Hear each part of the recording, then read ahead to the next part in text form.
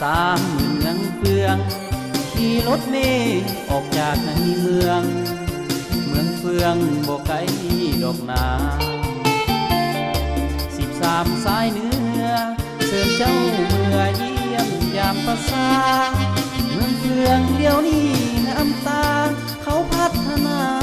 ดังเมืองสวรรค์ห้องหมอห้องเรียนเพิ่นสร้างเลี้ยงกัน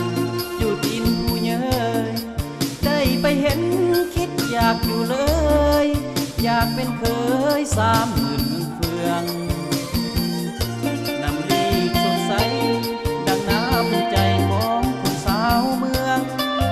ผ้าพ่อหนอคำเหลืองเหมือนเป็นเมืองสวรรค์บันซ่า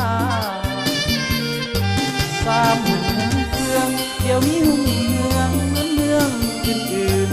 ๆธรรมศาสตร์สุดแสนสุดซื่อยามค่ำคืนแสงไฟทั่วฟ้าหมู่บ้านจัดสรร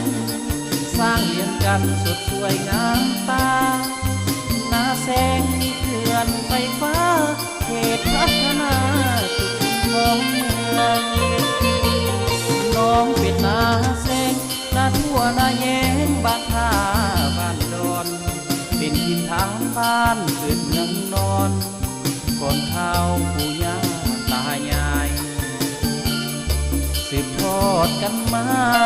งามแค่นาเมื่อยามได้เห็นผ้าท่อหนอคำสวยเด็ดมันเป็นยิ่งควรของเมืองหากเจ้าได้ไปคงบ่ลืมไหลเมื่อยามห่างลอยล่องหน้าที่สุดแสนซื่นใจเหมือนอาบน้ำใจสาวเมืองสงกรานต์ปีใดเชิญเจ้าไปหาดทรายเมืองเฟืองข้ามความหลังฟังใจเนือง30,000เมืองเฟืองเจ้างามแท้นา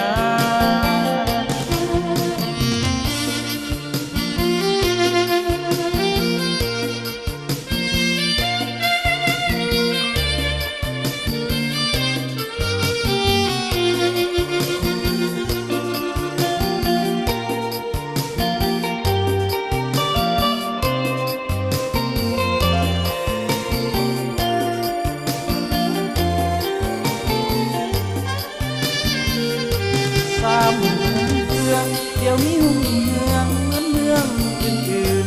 ๆธรรมศาสตร์สุดแสงสุดซื่อ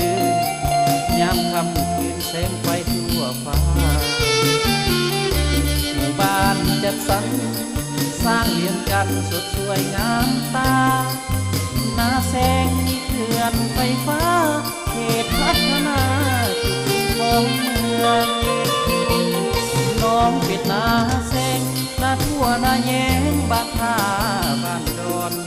เป็นทินฐานบ้านเกิดเมืองนอนก่อนข้าวปู่ย่าตายายสืบทอดกันมางามแค่นาเมื่อยามได้เห็นผ้าท่อหนอคำสวยเด่นมันเป็นยิ่งควรของเมืองหากเจ้าได้ไปคงบ่ลืมไหลเมื่อยามห่างนี้ลอยล่องหน้าที่สุดแสนซื่นใจเหมือนอาบน้ำใจสาวเมืองสงกรานต์ปีใด